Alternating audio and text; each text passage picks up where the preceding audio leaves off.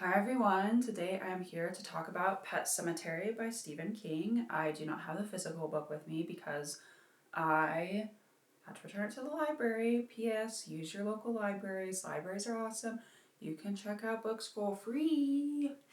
Anyway, I love that my library tells me how much money I'm saving every month or year or whatever by checking out books there because I used to buy books all the time and I'm not in the financial position to do that right now. I will occasionally buy a book if I really want it, but anyway, that's beside the point. This is about Pet Sematary, again, by Stephen King. I have read a few of Stephen King's books. I'm not like an uber fan where I have to read every one that comes out right as it comes out. I just kind of like pick through them and sometimes I'm like, yeah, that sounds interesting. So but I definitely suggest Pet Sematary. It had a really slow start to me, like, and I mean really slow, guys. I was like, okay, there's a pet here in the book, and it's called Pet Sematary, so I'm assuming something's gonna happen to said pet, and I'm not gonna give anything away during this review, but I was just like, okay, when is something going to happen to the pet? Since it's called Pet Sematary, like, dee, nee, nee. And then once something happened to the pet, I was like, and I just gobbled up the rest of the book. But getting to that point in the book kind of took me a week or two, honestly. I was like, oh, I'll read it every once in a while, a chapter or two. Okay, that's interesting, but like, when are we getting to the pets? Oh my gosh. But I do like Stephen King's writing. I think it was interesting to me because I feel like, and I don't know how he is like today because I haven't read any of his like more like modern published books, like recently is the word, recently published books. But I feel like in The Shining and in Pet Sematary, the wives are just like dumb. And I feel like he wasn't able to write female characters very well. And I'm not sure, like, I have never read Carrie, and I know that was like his first big successfully published book. And so maybe they were okay in that. Maybe it's just Wives that he was really like kind of crappy at writing. I just feel like they were doing things that as a woman I was like, that's not what I would be doing in this situation. Like, no. So that was like my one gripe with the book is that I feel like he could not write good wife characters at the beginning of his career. And maybe it's better now. I have no idea because, like I said, I haven't read any recently published ones. It was just very interesting to me. I felt like it was a very stereotypical, I'm a dumb housewife who is here to please my husband and I get hysterical over the smallest things. I was like, okay, that, I don't know. I was like not okay with that. But other than that, it was really good. And I just felt like the character of Rachel, who's the wife, she just like wasn't as developed. There was a part with her that was really, really good and it like developed her character a bit more when she was talking about her sister. And other than that, I was like, I feel like I don't know Rachel. Like, I don't have any attachment to her. Like, it's, So, anyway, that was like my one gripe with the book. But other than that, the writing was good, the story was good. I didn't find it super horrifying. I found it more like, oh, this is a really fascinating and interesting idea to explore and think about. And once again, I'm not going to tell you any spoilers or anything, but honestly, the part that scared me the most was the original description of the Pet Cemetery, like when they first go up there. And so, let me rewind a bit. Pet Cemetery is about Louis Creed and his family who moved to a new place in Maine, and there is a pet cemetery like kind of up in the woods behind their house. So when their neighbor comes and tells them, oh, there's like a pet cemetery up there, and takes them up there to see it for the first time, honestly, that was the scariest part of the book to me. I don't know why, like just the description, not even like of the pet cemetery, but this back area of the pet cemetery that they're like, don't go past this barrier. That part and the way that Louis was feeling in the pet cemetery, like towards the end, was really, really creepy to me.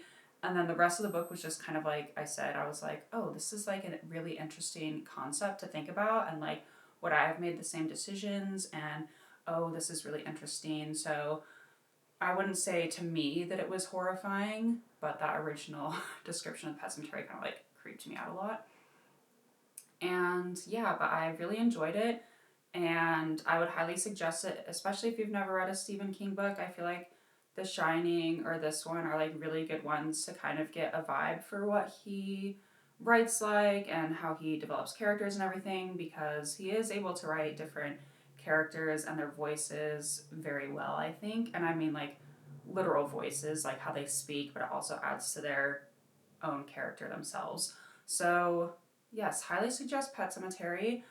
I, like I said, I'm not going to spoil anything, but it's very interesting. I was, reading a bunch of things about the movies they made after it, and there's going to be like a TV series or something, and it was interesting to me who they labeled as the main antagonist in the book, who, if you read the book, you will like understand who I'm talking about when you get to the end. But to me, the main antagonist of the book is the main character, who is Louis Creed, because of all the choices he makes that lead to all the crap happening. And like, I didn't think that he was necessarily a fantastic person. He wasn't a bad person, but he just was, in my opinion, like very, very self centered. And that led to all the other problems in the book. And so everyone else is like, oh, the main antagonist is this person. And I was like, no, because that person wouldn't have had a chance to be a main antagonist if it wasn't for Louis making all these poor decisions. So even though he's like the main character of the book and like kind of the hero, but I would honestly say that his wife is the hero, to be honest. His wife and his daughter. I feel like Louis, the main character, is the main antagonist in the book. And if you've read Pet Sematary, please come and discuss this with me, because I would love to discuss with other people. But I'm like, literally all his poor choices lead to all the crap that happens later on. And I get that, like, something had to happen, right, for the story to progress in the way that it does. But, like, holy crap, he was, by the end, I was like, he was just insane. He was crazy. And part of me understands it. I'm not going to, like I said, no spoilers, he's going through a lot of grief at some point in the book. But I'm still like, wow, it's really dark, it's morbid, and I really like that. And once again, I like the concept of what happens in the book and how that would affect you, and if you would make the same decision if you were in that situation. But it was just interesting to me to see that everyone's thoughts about who the main antagonist was, and me thinking, I understand why they would choose that person as a clear main antagonist, but I honestly think it was Louis. Just putting that out there. So go read Pet Sematary so you can discuss this with me, because I would love to discuss it with people. And definitely read it. So my question for today does relate to the book. But if you had a chance to bring back a deceased pet, would you? I'm like, yeah, if they would be the exact same as they were when they were alive, sure. But that'd also be really, really weird. So I'm gonna have to note that one. I would, of course, love to have my dog with me right now, especially with like been going through surgery and medical stuff, and it would just be nice to kind of like snuggle up and have a comfort animal like right now. But that's not happening. So would I love to have Cooper back? That was my dog. He passed away in 2015. Of course. I just wish that animals lived as long as people did. WTF, Mother Nature. Yes, I know there are some animals that live as long as us. Like, I was gonna say sharks. I'm like, you can't really have sharks as pets. Parrots, like birds, they can live a long time. But anyway, dogs and cats, it's a nope. And if I had a chance to bring them back as they were, maybe. But if it would mess with them, wink, no. So, yeah, what would you do if you could resurrect a person or an animal? Would you? If they had all their faculties and they were the exact same in life, would you bring them back? If you think it would affect them in some way, would you still bring them back? Interesting concept to think about. So thank you so much for listening. Definitely check out Pet Sematary by Stephen King. Really enjoyed it, especially, like I said, made me think about life and death and different things and choices we make. So I was like, I like books that make me think. So go check out Pet Sematary.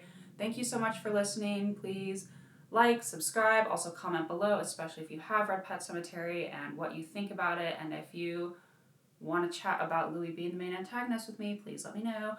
thank you so much for listening, and you all have a great day.